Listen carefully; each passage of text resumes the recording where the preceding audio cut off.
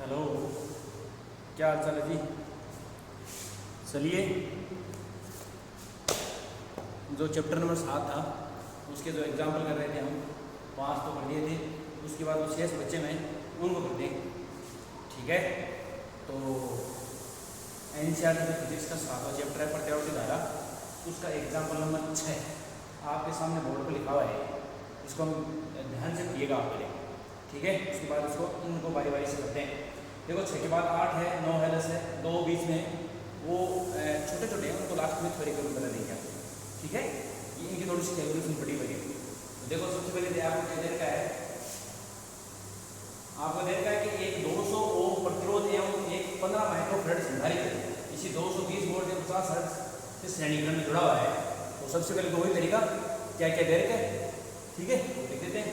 तो ये सॉल्यूशन 6, ठीक है। तो देखो दिया है,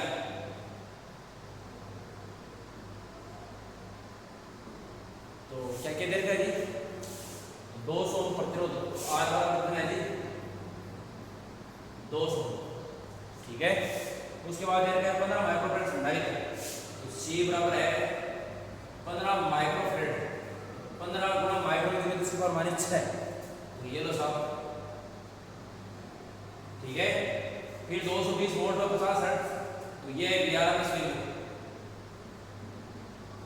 220 वोल्ट, और एफ बराबर आपको क्या दे रखा है, ये दे रखा है आपको 50 हर्ट्ज, ठीक है। अब देखो जो पहला क्या पूछा है, ये बताइए परिपथ में धारा की गणना कीजिए, ठीक है। दूसरा पूछा प्रतिरोध में संधारित्र के सिरों के बीच आरएमएस वोल्टेज की गणना कीजिए। क्या है वोल्टेज का बीजगणित, तो पहले देखो आप हमारे पूछिए आई आरएमएस वैल्यू, ये पूछा साहब आई आरएमएस। अब आई आरएमएस निकालने के लिए क्या करना पड़ेगा,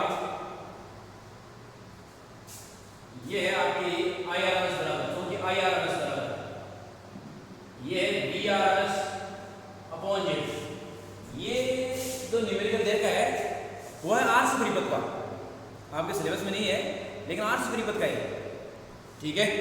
तो इसके लिए निकालते हैं अभी जेड की वैल्यू क्या क्या होने वाली है, तो बी आरएमएस ये होगी ये आर स्क्वायर प्लस अक्ष स्क्वायर।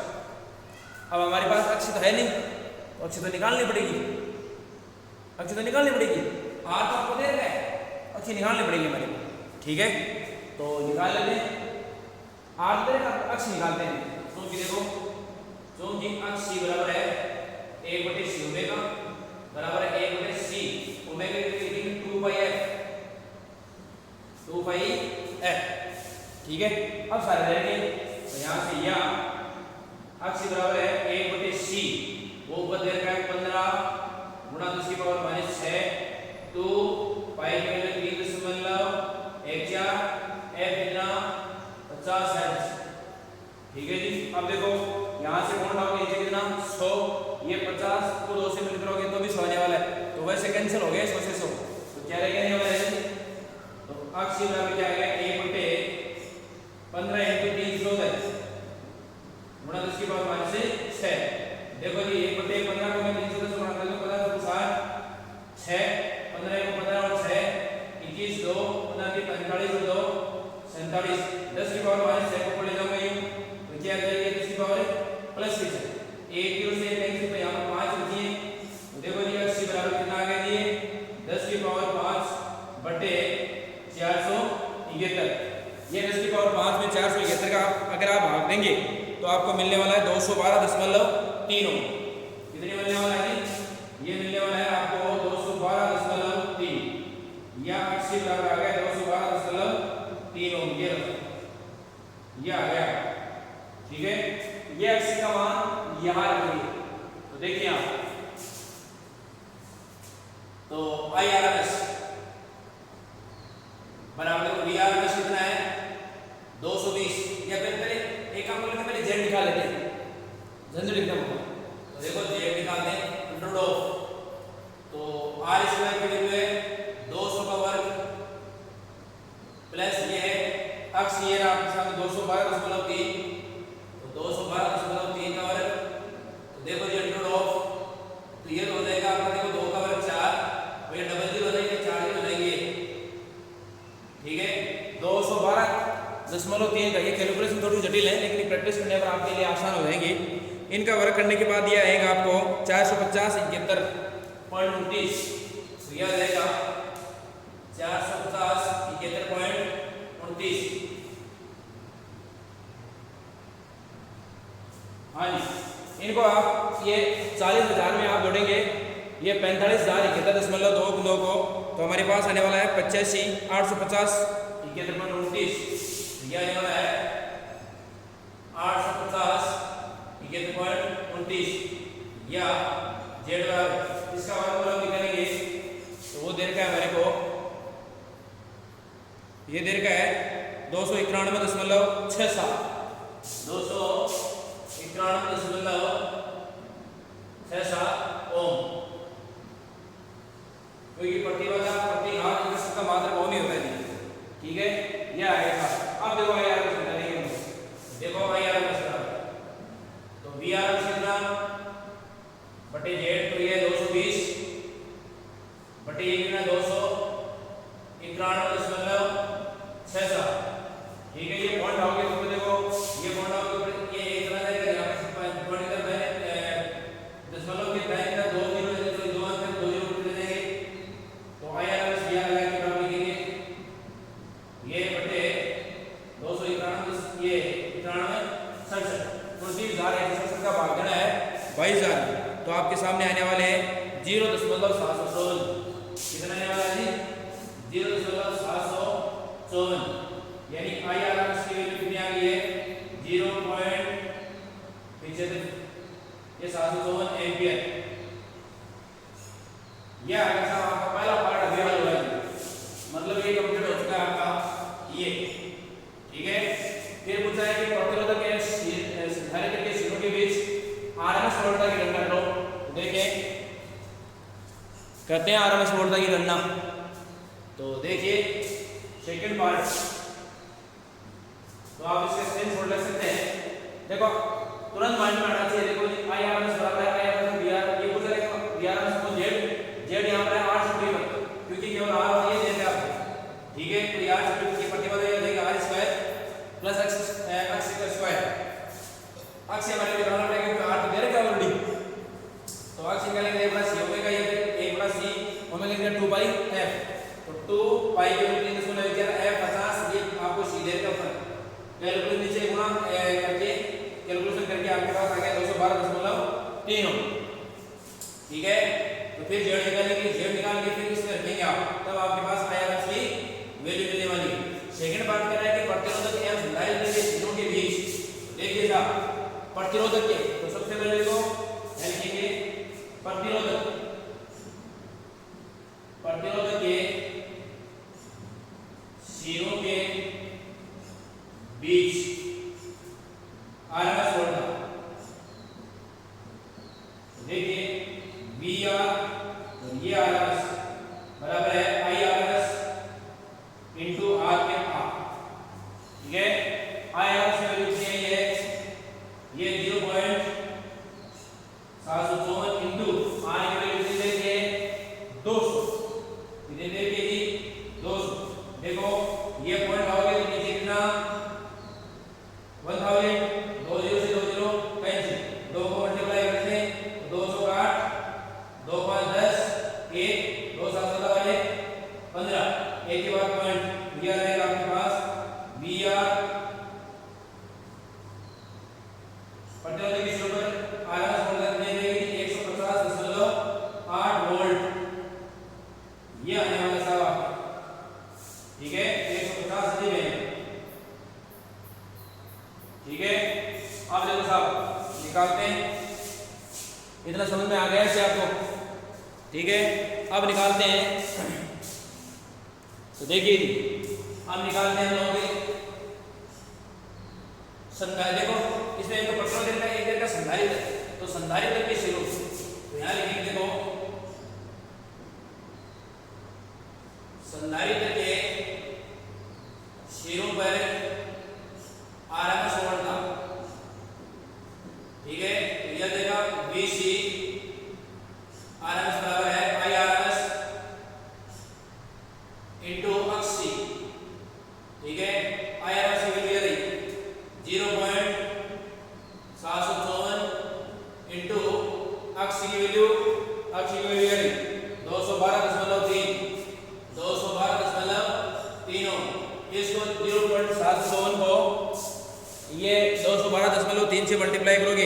तो ये आपके पास आने वाला है 160.07 160.07 वोल्ट।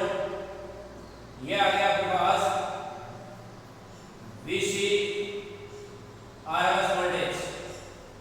ठीक है, आपके पास VRMS और VC दोनों आ चुके हैं। अगली बात क्या कह रहे हैं, हो गया आपका सेकंड पार्ट भी। फिर क्या करें, क्या इन वोल्टों का बीजगणित योग, क्या इन वोल्टों का बीजगणित योग स्रोत वोल्टता से अधिक है। देखो जी, इनका बीजगणित योग निकालते हैं, इनका बीजगणित योग। मेरे ख्याल से समझ में आ गया इतना, मैं इसको बता रहा हूँ जी। ठीक है, आप स्क्रीनशॉट ले सकते हैं, मैं यहाँ से थोड़ा सा इसको बिठा देता हूँ। ठीक है जी, देखो साहब,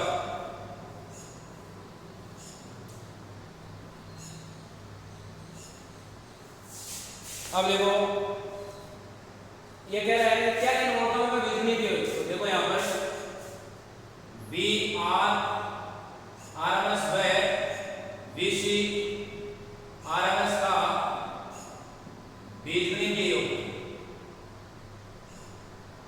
बीजगणित योग। देखो जी, VRMS प्लस VC RMS, तो VRMS कितना देगा आपके 150.8 प्लस वो कितना आपके 160.07 ऐड करते हैं। ठीक है, तो देखो ये आ जाएगा 7, ये 8, ये 0, ये 1, 2, 1, 3, 310.88, यानी लगभग 311 वोल्टेज के आसपास।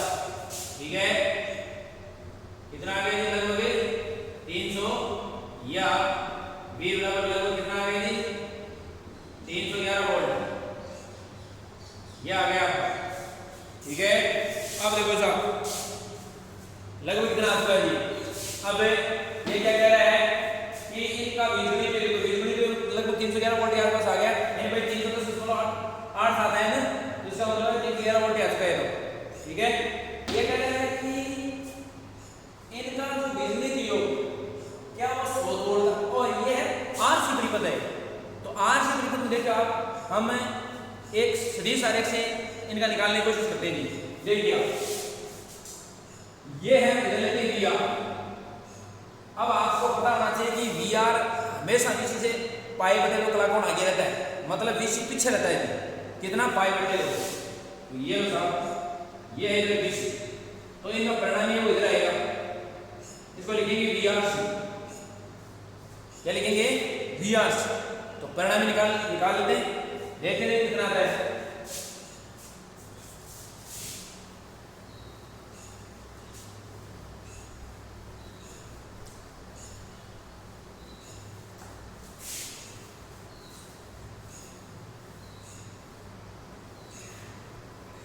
देखिए जी, तो परिणामी निकाल लेते हैं। तो VRC बराबर √ आपका एक तो वही VRMS स्क्वायर, ये यहाँ पर ना, प्लस VC स्क्वायर √ ये कितना था 150.8 था। ठीक है, ये 150.8 का वर्ग प्लस ये है 160.07 का वर्ग। ठीक है, 150 इसका वर्ग करेंगे तो ये आएगा 227.40.64, ये आएगा 227.40.64 प्लस 160.07 का वर्ग करेंगे तो ये आने वाला है 25,622.40, 25,622.40। इनका ऐड करने वाले हैं, देखिए साहब इनका ऐड आने वाला है 48,363.04, 48,300 ये आ गया था VRC या VRC बराबर। इनका वर्गमूल लेंगे तो ये हमारे पास आने वाला है लगभग 219.91, लगभग 219.91 वोल्ट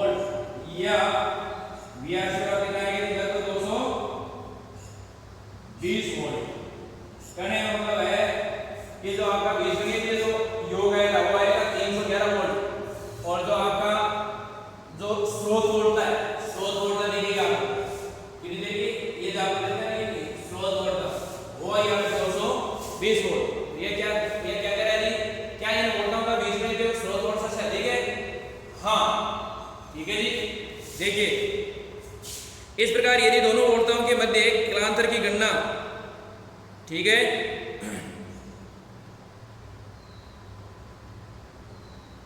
इस प्रकार यदि दोनों वोल्टों के मध्य कालांतर को गणना में लाते हुए VR व VC का योग करके कुल वोल्टता ज्ञात की जाए तो यह स्रोत वोल्टता के बराबर हो जाएगी।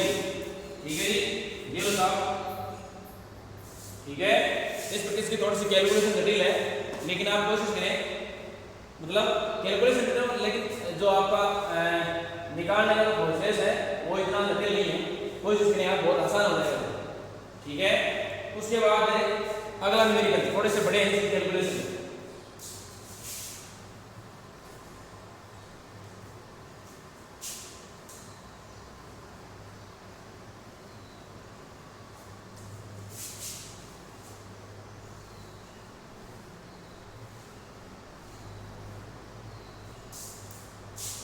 उसके बाद आपका है ये आपका 100 का है 8 नंबर ले लो, 283 वोल्ट शिखर वोल्टता है, 50 हर्ट्ज आवृत्ति की एक ज्यामितीय वोल्टता है श्रेणी बद एलसीआर टेबल से जुड़ी है। इसमें आपका तीनों एल बराबर है 25.848 मिली हेनरी, सी बराबर 796 माइक्रोफैराड। याद कीजिए एक परिपथ की प्रतिबाधा स्रोत के सिरों के बीच लगी वोल्टता, परिपथ में प्रवाहित होने वाली धारा के बीच कालांतर, परिपथ में होने वाली शक्ति क्षय एंड डी है शक्ति गुणांक, यानी काफी कुछ है। देखिए सॉल्यूशन नंबर है 8। ठीक है, तो सबसे पहले वही बात कि क्या दिया गया है बीएम आपको दे रखा है 283 वोल्ट, फिर आपको एफ दे रखा है 50 हर्ट्ज। ठीक है, इसके अलावा आर का कितना दे रखा है जी, आपको 3 ओम दे रखा है, फिर आपको दे रखा है एल बराबर 25.48 मिली हेनरी या 25 गुणा 10 की पावर 0.48 गुणा 10 की पावर -3 हेनरी। फिर आपको दे रखा है सी बराबर है 796 माइक्रोफैराड, 796 गुणा 10 की पावर -6 फैराड। ये इतनी सारी बातें आपको कुछ इतना सामान दे रखा दिया। ठीक है, अब देखो क्या क्या पूछा है। देखो सबसे पहले ए परिपथ की प्रतिबाधा, और एलसीआर परिपथ है तो कोई दिक्कत वाली बात नहीं है। तो एलसीआर परिपथ देखो, ए परिपथ की एलसीआर परिपथ की प्रतिबाधा, तो प्रतिबाधा क्या होती है, √√ r square plus xl minus xc का होल स्क्वायर। अब हमारे पास वो क्या क्या है, हमारे पास तो केवल r ही है, xl और x को निकालना पड़ेगा, तो इसके समीकरण में लेकर लेते हैं। अब देखो जी, सबसे पहले xl निकाल लेते हैं। ठीक है, xl निकाल लेते हैं। xl बराबर है l omega l 2 pi f, या xl बराबर देखो l कितना है, ये रहा 25.48 गुणा 10 की power -3 into 2 into 314 into f, ये 50, वही 50 में 100 ये कैंसिल हो जाएगा, तो क्या आने वाला है, ये आने वाला है 25.48 गुणा 314 इंटू 10 की पावर -3। ठीक है, या xl बराबर या xl ये आने वाला है, इसको टोटल मल्टीप्लाई करेंगे आएगा 8 ओम। कितने आएगा जी, 8 ओम आने वाला है। ठीक है, अब देखो साहब, अब निकालेंगे xc। देखो xc बराबर है 1/c ओमेगा बराबर 1/c × 2 pi f। ठीक है जी, या xc बराबर है 1/c, तो c कितना है जी, 796 गुणा 10 की पावर -6, तो ये आएगा 796 गुणा 10 की पावर -6 इंटू 2 इंटू 314 इंटू ये आ गए 50। इनको सॉल्व करेंगे तो आपके पास आने वाले हैं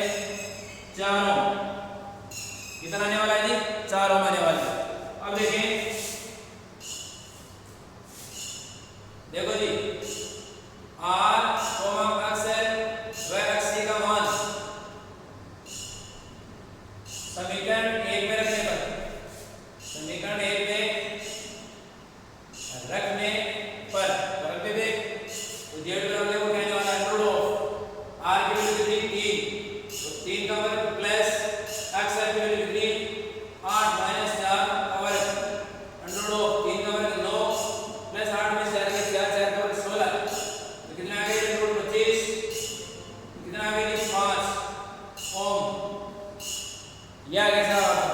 तो पहले आपको जो पहली बात पूछी है वो तो कंप्लीट हो चुकी है आपकी, ठीक है। उसके बाद स्रोत के सिरों के बीच लगी वोल्टता, ठीक है, तो निकाल लेते हैं। लेकिन अब देखो ये वोल्टता निकालते हैं तो वोल्टता क्यों ठीक है फिर? अच्छा,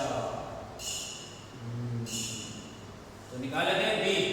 स्रोत के सिरों के बीच लगी वोल्टता एक फ्रीक्वेंसी प्रवाहित होने वाली धारा के बीच कलांतर। अच्छा, कलांतर पूछा है बात। ओ तो देखो ये सेकंड पार्ट, ये तो पहला पार्ट हुआ पूरा नहीं। सेकंड पार्ट देखो कलांतर। कलांतर 5 बराबर क्या होता है? tan inverse xn minus xc बटे 8, ठीक है। देखिए जी यहाँ 5 बराबर है tan इनवर्स xn कितना 8 माइनस 4 बटे 3, ठीक है जी। तो ये आ गया 5 बराबर है tan इनवर्स, ये आ गया 4 बटे 3, तो यह आने वाला है यहाँ 5 बराबर है tan इनवर्स 1.11, यह आएगा 53.1 डिग्री, यानी 5 बराबर कितना आएगा? 53.1 डिग्री आ गया साहब कलांतरित कितना आंसर आपका। तो ये आपका सेकंड आंसर, ये आपका पहला आंसर, ठीक है। तो ये दूसरा भी आपका कंप्लीट हो गई। अब आपका है परिपथ में होने वाली शक्ति से, परिपथ में होने वाली शक्ति से, तो शक्ति से निकालते हैं। तो मेरे ख्याल से तो आसान है, समझ में आ गया सब, ठीक है जी। ये कैलकुलेशन नोट्स है, मेरा पहले से प्रैक्टिस था, मैंने लिख दिया आंसर, ठीक है। आप ऐसे प्रैक्टिस करेंगे हो जाएगा। ये कैलकुलेशन बहुत आसान है, कोई जटिल नहीं है। इसमें क्या करने वाले हैं आप? वही 100 ये कैंसिल हो जाएगा, फिर 300 ये 10 की पावर प्लस की है ऊपर ले लेंगे, तो फिर 796 को 300 से मल्टीप्लाई करके बाहर कर देंगे, तो ये आपके पास लगभग 4 आ जाएगा एग्जैक्ट, ठीक है। अब देखो हम करने वाले हैं पार्ट सी वगैरह। तो देखिए यहाँ पर हमें थोड़ा सा ध्यान रखना चाहिए। एक्स बराबर 8 ओम है, एक्स बराबर 4 ओम है, जेड बराबर है 5, ठीक है। और कलांतर कितना है? 53.1 डिग्री। चलिए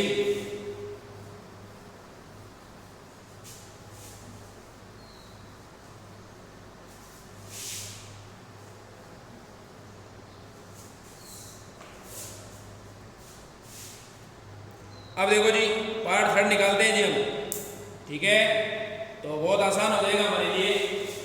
तो शक्ति से देखो कितने आने वाला है, बहुत आसान है, एकदम चुटकियों में निकाल देंगे हम लोग। देखो जी पार्ट सी क्या निकालना? पार्ट सी देखो ये कह रहा है कि परिपथ में होने वाली शक्ति से, तो शक्ति से देखो P बराबर एक सूत्र है Vm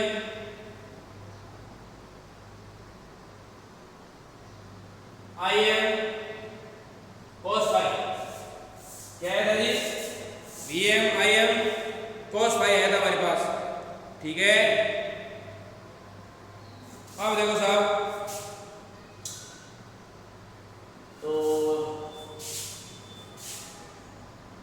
और एक है तो एस क्यों आया था, ठीक है। तो हमारे पास देखो Vm की जगह लिखना ही नहीं है, ठीक है ना। तो देखो मैं पहले क्या करूंगा, Vm की वैल्यू दे देगी शिखर वोल्टेज, लेकिन शिखर धारा नहीं है।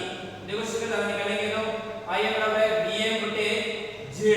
Vm कितना 283, Z कितना 5, भाग लगा कितने इसमें 25 कितना होता है 3, यह आएगा 5 से 30, ठीक है। फिर ये आएगा 5 से 30, तो ये Im की वैल्यू कितनी आ गई है 56.6 एम्पीयर, ये आ गई। ये वैल्यू आ रही है भाई, जो वैल्यू आपके पास है ये। तो देखिए जी P बराबर क्या आने वाला है? P बराबर है Vm की वैल्यू कितनी 283 इनटू Im की वैल्यू कितनी, ये है आपकी 56.6 इनटू cos phi, तो ये आएगा cos 53.1 डिग्री बटे 2, ठीक है जी। या P बराबर, ठीक है। तो इनको मल्टीप्लाई करके हल करेंगे तो हमारे पास आने वाला है 4808.7, ठीक है।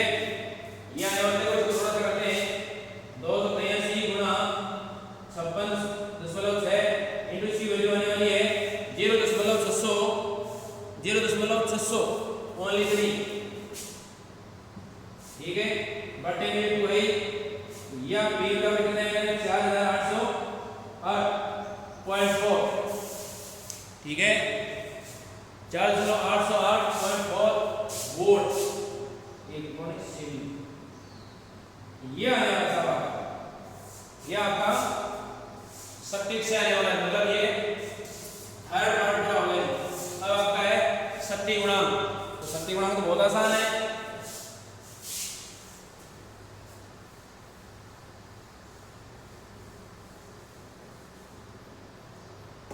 पार्ट 4 देखें, शक्ति गुणांक, तो शक्ति गुणांक को जानते हैं cos 5 बराबर, ठीक है, तो cos 5 बराबर बहुत आसान है शक्ति गुणांक, तो यह आ जाएगा cos 53.1 डिग्री, तो कितना आ जाएगा कि 0.600, ये आएगा 7, ठीक है, ये आपकी वैल्यू आने वाली है, ठीक है, ये आपका आ गया साहब आपका cos 5, ठीक है, ये आंसर आ गया। ये 53.1 की आपको वैल्यू याद रखने पड़ेगी, कोई विकल्प नहीं है इसका, ठीक है, ये आपका चौथा पार्ट हल हो चुका है, ठीक है, इस प्रकार से आप ये आपका जो ये 8 का एग्जाम्पल है वो भी क्लियर हो चुका है, ठीक है। अब देखो आगे बढ़ते हैं, आगे कौन से में एग्जाम्पल नंबर 9 में मेरे ख्याल से समझ आ गया सी, ये पी बराबर सूत्र है Vm I अपॉन 2 बटे 2 cos 5, Vm की वैल्यू आपको 283, Im की वैल्यू निकाल लिए, Im की वैल्यू Vm बटा Z होता है LCR में, ठीक है, और अगर अनुनाद की अवस्था हो तो Vm बटा Z इसका R वाला जाएगा, Z हट जाएगा, R आ जाएगा अनुनाद की अवस्था में, लेकिन यहाँ पे ऐसा कोई सुविधा है नहीं, ठीक है, तो ये 283 दे रखे हैं और ये Z आपको 5 निकाला था, 5 से 0.6 आ गया, ये P बराबर 283 गुणा 0.6 cos ये 5 इसका हमने क्या रख दिया, ये निकाला था हमने 53.8 डिग्री बटे में, तो इसको मल्टीप्लाई करके इसकी वैल्यू होती है, याद रखने पड़ेगी, कोई विकल्प नहीं है इसका, ठीक है, 0.6004, ठीक है, इसको मल्टीप्लाई करेंगे 2 का भाग देंगे तो यह रहेगा 4808.74, ठीक है, और फिर 5 की वैल्यू रखने के लिए आ जाएगा, थोड़ा सा याद रखें आप।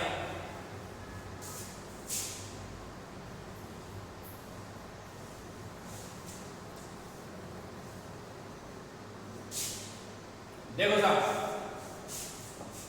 आप सोच रहे हैं मैंने मिटाया क्यों नहीं, तो मैंने इसलिए नहीं मिटाया के लिए जिक्र कर रहा है 9 में। देखो माना कि पूर्व उदाहरण 7.8, तो 7.8 तो यही है, वर्णित स्रोत की आवर्ती परिवर्तनशील है, ये स्रोत किस आवर्ती पर अनुनाद होगा, तो f बराबर 1/2 पाई √ L से सूत्र होता है, वो निकाल लेंगे, वही अनुनाद की अवस्था और क्या है, अनुनाद अवस्था का है वो। फिर सेकंड वाला अनुनाद अवस्था में प्रतिबाधा धारा शक्ति से की गणना कीजिए, तो देखो साहब आपको ये 7.8 की सारी वैल्यू लिखने पड़ेंगे आपको, तो ठीक है, तो चलिए आगे बढ़ते हैं, पहला पार्ट और कुछ तो दिया नहीं इसमें, ठीक है ना, तो ऐसा कैसा लिखा हुआ मिल जाएगा आपको, लिखना पड़ेगा सर, और क्या है, फिर ए पहला पार्ट स्रोत किस आवर्ती पर अनुनाद होगा, तो क्योंकि हम जानते हैं कि f बराबर 1/2 पाई √ L, 1/2 पाई, तो 2 × 3.14 √L, L का मान ये रहा, तो 25.48 गुणा 10⁻³ इंटू C 796 गुणा 10⁻6, या इनको हल करेंगे आप लोग, इनको हल करेंगे तो आपके पास आने वाला है 35.4 हर्ट्ज, लगभग 35.4 हर्ट्ज, ये आंसर आने वाला है। इस आवृत्ति पर ये सर्किट है वो अनुनाद की अवस्था में होगा, मतलब XL और XC बराबर होंगे, मतलब VL और VC दोनों बराबर होंगे, ठीक है, मतलब इस अवस्था में परिपथ में मैक्सिमम धारा रहेगी, क्योंकि इसमें प्रतिबाधा न्यूनतम होती है, वो कितनी, Z मिनिमम बराबर R के, ठीक है, मतलब वो शुद्ध R परिपथ की बात ही व्यवहार करेगा, या LCR, ठीक है, ये पहला पार्ट आपका कंप्लीट हो चुका है जी। ठीक है, अंश में 35.48। बात है सेकंड पार्ट। सेकंड पार्ट क्या कह रहा है? ये कह रहा है कि अनुनाद की अवस्था में प्रतिबाधा, बिल्कुल अनुनाद की अवस्था में प्रतिबाधा याद करते हैं। तो देखो यहां लिखे अनुनाद की अवस्था में प्रतिबाधा, तो जेड बराबर देखो अंडर रूट ऑफ, अब अनुनाद की अवस्था में देखो प्रतिबाधा, क्योंकि एक्स बराबर सी होता है, तो देखो जेड बराबर under root of are square plus x minus x, तो ये तो जीरो रहेगा भाई, दोनों बराबर है अनुनाद की अवस्था में, तो ये जीरो बचा क्या, ये आ जाएगा प्लस, तो जेड बराबर क्या आ जाएगा जी under root of are square plus zero, Z बराबर आ जाएगा जी आर। अब ये जेड बराबर है, ये जेड मिनिमम के बराबर हो जाएगा साहब। ठीक है, तो जेड कितना हो गया जी आपका, आर कितना देर का है 3 ओम, तो ये 3 ओम आ जाएगी साहब अनुनाद की अवस्था। ठीक है, अनुनाद की अवस्था कितना आएगा जी 3 ओम। इसकी प्रतिबाधा आने वाली है, ये सेकंड पार्ट आपका, सेकंड पार्ट का ये पहली बात पूछी है कंप्लीट हो गई जी, ये साहब ये। फिर क्या पूछी है धारा, तो धारा तो बहुत आसान है अनुनाद की अवस्था में, तो देखो धारा देखो, तो देखो आई एम, धारा देखो आई एम बराबर क्या क्या है कि वीएम बटे जेड बराबर है वीएम बटे आर। वीएम कितना 283, वैसे चलो कोई बात नहीं निकालेंगे, आईआरएस निकालेंगे, आईआरएस निकालेंगे है ना, तो चलिए निकाल लेते हैं 283.3, तो बात लगा लेते हैं, देखो 3 × 27, ठीक है, फिर कितना आएगा 1, 3 × 12, फिर 1 3 × 9, तो ये आएगा आई बराबर कितना आ गया 54.3 एम्पीयर। अब हमारे पास आईआरएस, तो आईआरएस का मान आईएम बटे रूट 2 होता है। आईआरएस की वैल्यू कितनी होती है, यानी आईएम की वैल्यू, ठीक है, ठीक है जी, बहुत आसान है।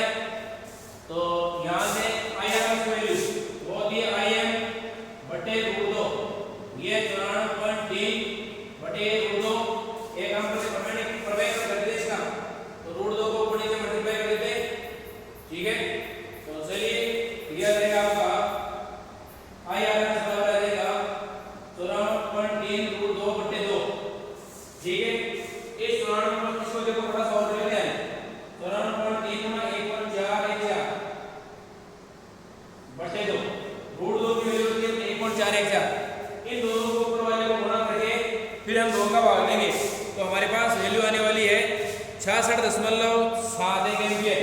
कितने आने वाली है जी आईआरएस की वैल्यू 66.71 एम्पीयर।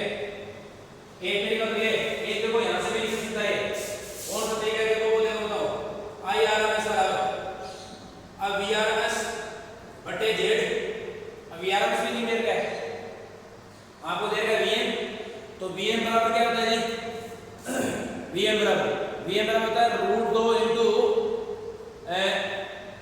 वीआरएस। देखिए यहां से करते हैं, चलिए तो वीआरएस निकाल लेते हैं, आ जाएगा आपका वीएम बटे 2, तो ये है वीआरएस की वैल्यू होती है वीआरएस की वीएम बटे रूट 2, तो रख देते हैं रूट 2 है, तो देखो ऐसे भी आ जाएगा, तो वीएम की वैल्यू 283, ये 2 ये रूट 2, ऊपर नीचे रूट 2 से मल्टीप्लाई कर देना, ठीक है, ये लो साहब, ठीक है, तो ये आ जाएगा 283 गुणा 1.414 बटे रूट 2 को 2 से गुणा करके 2 2 2 4 ये आ जाएगा, फिर भाग देंगे तो आपकी वैल्यू यही आ जाएगी है 66.71 एम्पीयर आईआरएस। आपको जो अच्छा लगे ये निकाल लो चाहे ये निकाल लो, आपकी मर्जी के मालिक हैं आप, ठीक है। उसके बाद देखो बहुत आसान है, क्या क्या भाई सटीक से, तो सटीक से तो बहुत आसान है, P बराबर I square RMS into R, ठीक है, चलिए करने की कोशिश करते हैं साहब।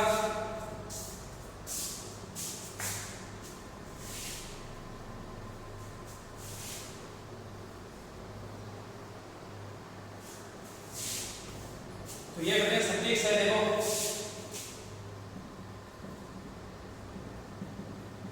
तो सटीक से देखो P बराबर है I स्क्वायर RMS से लगा देंगे इनटू R, ठीक है। IRMS कितना, ये ना 66.71 का स्क्वायर इनटू R कितना 3, ठीक है।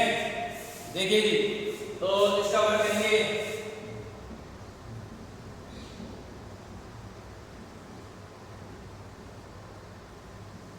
इसका इन दोनों का यानी 66.71 का वर्ग करके इनको 3 से मल्टीप्लाई करेंगे तो ये हमारे पास आने वाला है 13.35 वोल्ट, जिसकी पावर 3 किलो में लिख सकते हैं आप। P बराबर है 13.35 किलो वोल्ट, ठीक है। इस प्रकार के हम कर सकते हैं जी, ठीक है जी। ये आपका एग्जाम्पल कंप्लीट हो चुका है, आपकी एक्सरसाइज भी कंप्लीट हो चुकी है, ठीक है। अब निकालते हैं उदाहरण नंबर 10। उदाहरण नंबर 10,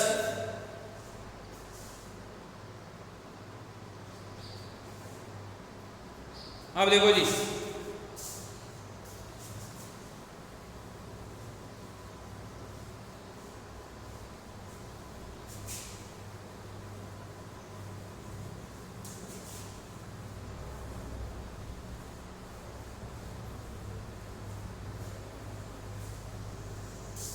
दसवां उदाहरण देखो।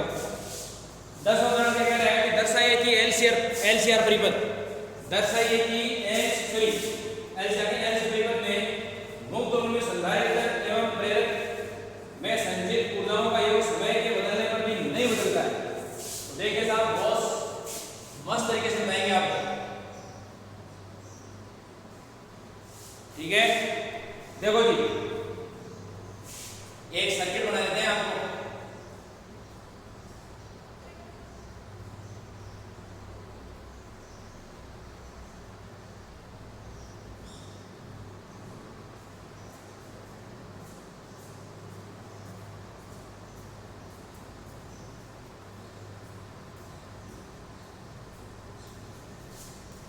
ये है जी आपका एक सर्किट जिसमें एक तो C जुड़ा हुआ है, एक L जुड़ा हुआ है, मतलब एक तो संधारित्र जुड़ा हुआ है और एक आपको प्रेरक कुंडली जुड़ी हुई है, ठीक है। मान लेते हैं कि प्रारंभ में ये संधारित्र पूरी तरह चार्ज है, कंप्लीट, और इस पर चार्ज है प्रारंभ में Q नोट मैक्सिमम, Q है मान लेना, चाहे Q नोट मान लेना, ठीक है। तो माना प्रारंभ में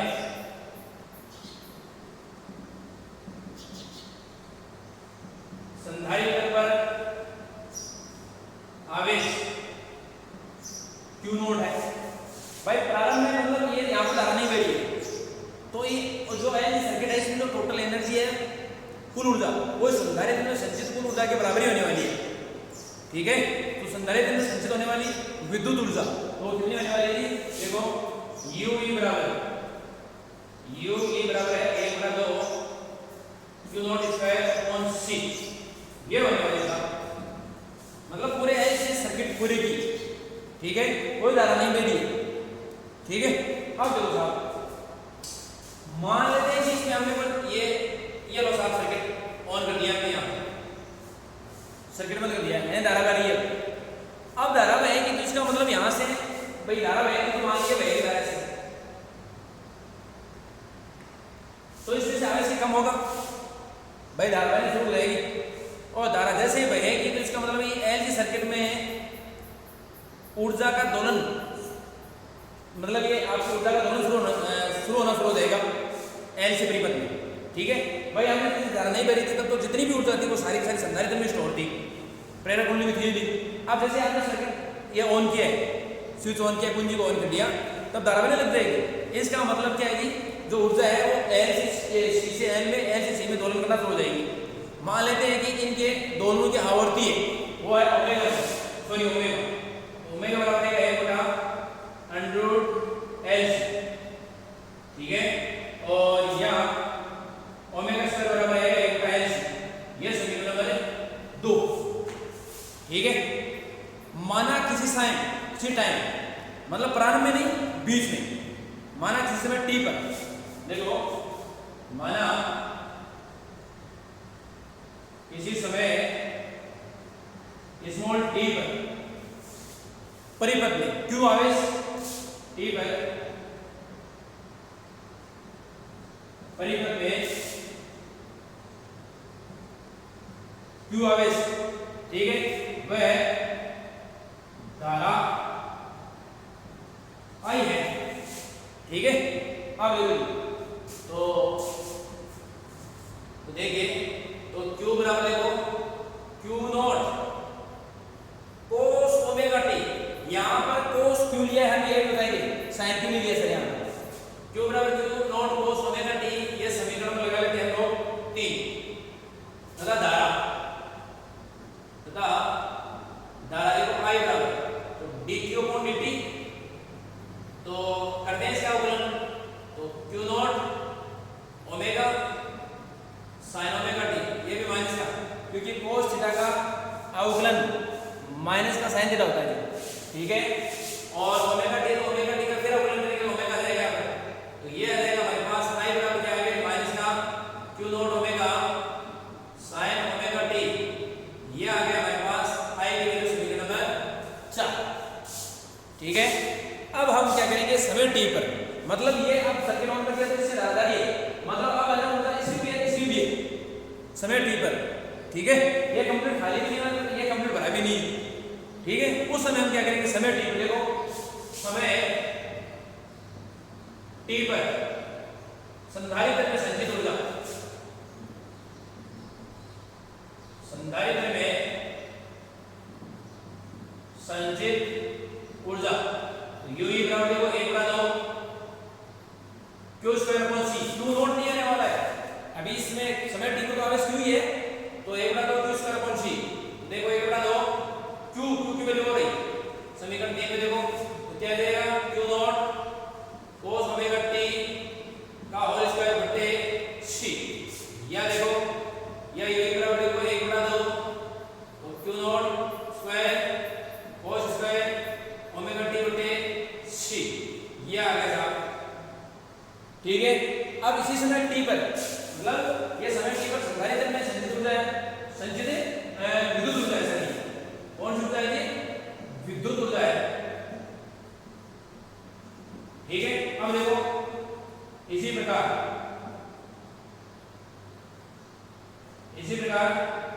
समय t पर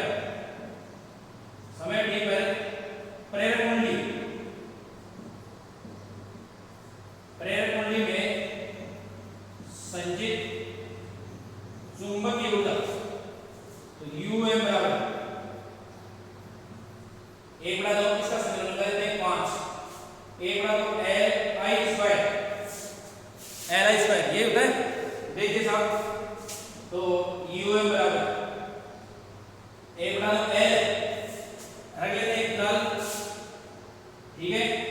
देखो I स्क्वायर, तो I ये रहा, तो कर लेते हैं c, रख देते हैं क्वेश्चन में, तो देखो माइनस का q not omega sine omega t का होल स्क्वायर, या um बराबर क्या है 1/2 l q not square omega square sine square omega, ठीक है।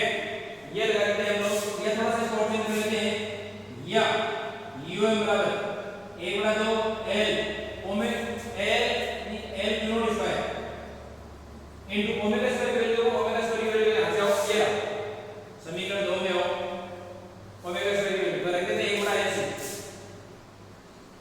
इनटू ये आ जाएगा साइन स्क्वायर ओमेगा, ठीक है जी, ये आ गया साहब आप। अब देखो थोड़ा सा इधर कर देते हैं, इनको कंप्लीट हो गया ना, इनको हटा देता हूं, इनके कोई मतलब नहीं इसका।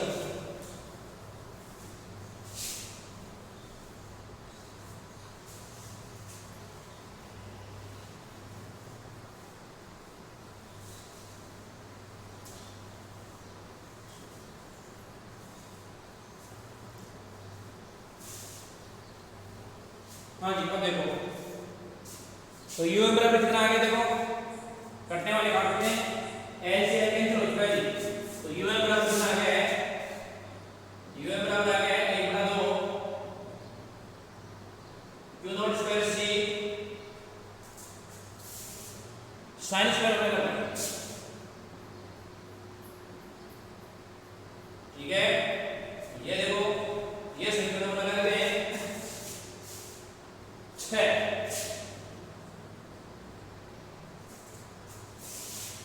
ठीक है जी। अब देखो समय टी पर कुल ऊर्जा देखो, समय टी पर कुल ऊर्जा, तो U बराबर है UE plus UM A/2 Q not, sorry Q not है, Q not square C cos square omega t plus A/2 Q not square C sin square omega t A/2 Q not square upon C, ये आएगा cos square omega t plus sin square omega t। ठीक है जी, या U बराबर A/2 Q not square upon C, क्योंकि cos square theta plus sin square theta बराबर कितना 1 होता है। ठीक है, तो ये आएगा। अब मान लो अपन प्रारंभ में हमने क्या लिया था कि प्रारंभ में संधारित्र तरफ आवेश जो कुल आवेश है Q नॉट है, तो इस सर्किट में टोटल कुल एनर्जी कितनी थी, वो इतनी कितनी, ये हम इस मतलब संधारित्र में जो विद्युत ऊर्जा थी उसके बराबर की कुल ऊर्जा, मतलब एल से विपरीत की कुल ऊर्जा प्रारंभ में संधारित्र में जितनी संचित थी उसके बराबर मतलब इतनी। ठीक है, अब t समय पर हमने निकाली कुल ऊर्जा, तो वे देखो नहीं है। इसका मतलब क्या हुआ, यहाँ देखिए आप Q नॉट और C को देखिए, यहाँ पर समय नहीं है, मतलब Q नॉट और यहाँ पर समय आया नहीं है। इसका मतलब है कि ये जो U बराबर Q not square upon C व्यंजक है, ये समय पर डिपेंडेंट है ही नहीं, मतलब समय के अनुपातिक से क्या क्या होगा, इधर जाएंगे मुक्त गोलों की संधारित्र तरफ प्रेरक में संचित ऊर्जाओं का योग समय के बदलने पर नहीं बदलता है, तो समय पर डिपेंडेंट नहीं है, कहां से मिलेगा, समय चेंज होने से कोई फर्क नहीं पड़ने वाला है, ये हर समय इतना ही रहने वाला है। ठीक है, तो ये हो गया आपका 10वां। ठीक है जी, अब एक है हमारे पास नहीं सॉरी ये 10वां क्या 11वां होगा, सॉरी 11, ये 11वां एग्जांपल होगा। ठीक है, अब हम करने वाले 10वां। देखो नहीं समझ में आया तो मेरे को कमेंट बॉक्स में जरूर बताया, ये सर ये समझ में आया नहीं है, इसको वापस बताया तो समय निकाल के वीडियो और बना देंगे, कोई दिक्कत वाली बात नहीं। ठीक है जी, चलिए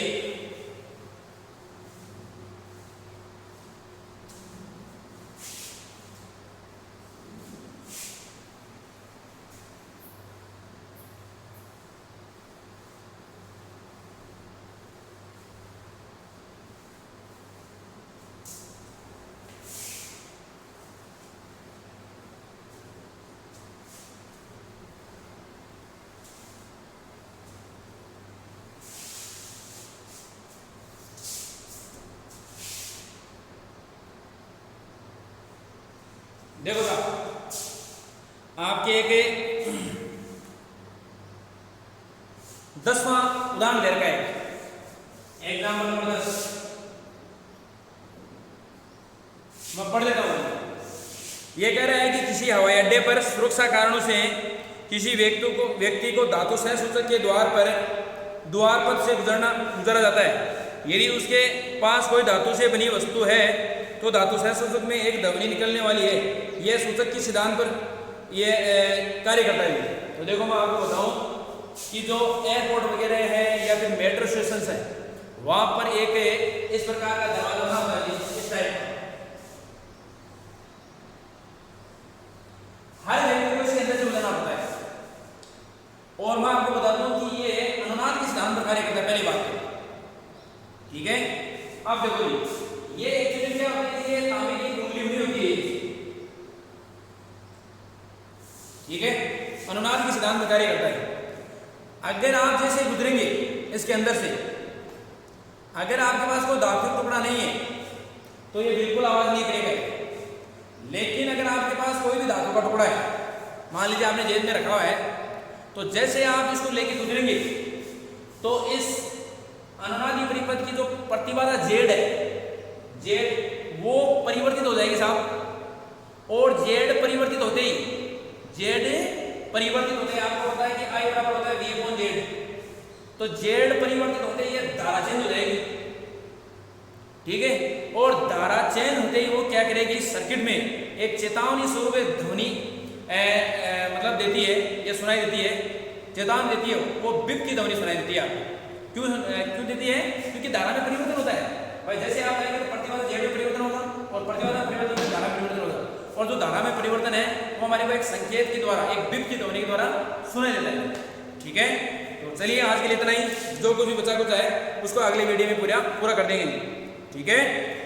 तो बता दिया ना आपको ये किस सिद्धांत पर, वैद्युत अनुनाद के सिद्धांत पर कार्य करता है, ठीक है। फिर भी अगर कोई नहीं समझ में आए तो मेरे को जरूर पूछिए आप। तो आज के लिए इतना ही, बाकी कल नहीं आए तो मेरे को कमेंट बॉक्स पूरा देखें आप इसको, ठीक है। पूरा देखेंगे, आराम से देखेंगे, धीरे धीरे, नहीं समझ में आए तो मेरे को जरूर बताएं आप, ठीक है। तो आज के लिए इतना ही, बाकी कल।